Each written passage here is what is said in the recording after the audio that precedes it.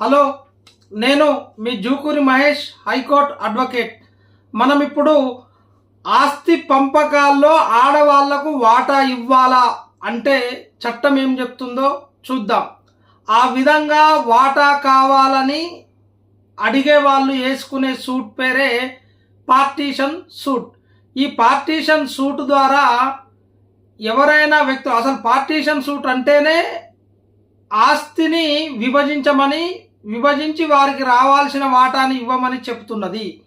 అయితే ఈ యొక్క ఆస్తిలో వాటాని ఎన్ని రకాలుగా అడగొచ్చు అనంటే CPC 1908 rule 1 and order 1 and rule 9 ప్రకారము, అదేవిధంగా పార్టీషన్ యాక్ట్ 1893 ప్రకారము, హిందూ సక్సెషన్ యాక్ట్ 1956 ప్రకారము, అదేవిధంగా జాయింట్ ఫ్యామిలీ యాక్ట్ ప్రకారం కూడా మనము ఆస్తిలో స్త్రీలు లేదా పురుషులు వారి యొక్క జెన్యున్ వాటాని అడగవచ్చును. అయితే ఆస్తి విభజనకు అవసరమైనటువంటి డాక్యుమెంట్స్ ఏముంటాయి అని అంటే ఆస్తికి సంబంధించినటువంటి టైటిల్ డీడ్స్, ఆస్తి హక్కు పత్రాలు ఉండాలి. అదేవిధంగా లీగల్ ఎయిర్స్ ఎవరెవరు ఉన్నారో ఆ లీగల్ ఎయిర్స్ పూర్తి సమాచారాన్ని ఇవ్వాలి.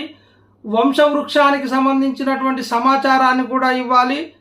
అయితే ఈ సమాచారాలన్నీ ఇస్తూ కోర్టులో ఫైల్ చేయవచ్చును. అయితే ఈ కోర్టులో ఫైల్ చేయడానికంటే కూడా పార్టీషన్ సూట్ కంటే ముందు కూడా కన్సల్ట్ ఎంఆర్ఓ ఆఫీస్లో కానీ ఆర్డీఓ ఆఫీస్లో కానీ వారి ఆస్తికి సంబంధించినటువంటి భాగ పంపిణీ వివరాలను ఇస్తూ వాళ్ళకు పట్టా చేయమని అడగవచ్చును. ఒకవేళ చేయకపోయినా కూడా అక్కడి నుంచి ఆ డాక్యుమెంట్స్ని కలెక్ట్ చేసుకొని నెక్స్ట్ కోర్టులో వేసుకోవడానికి కూడా అవి ఉపయోగపడతాయి. అయితే మనకిక్కడ ఆస్తి రెండు రకాలుగా ఉంటుంది.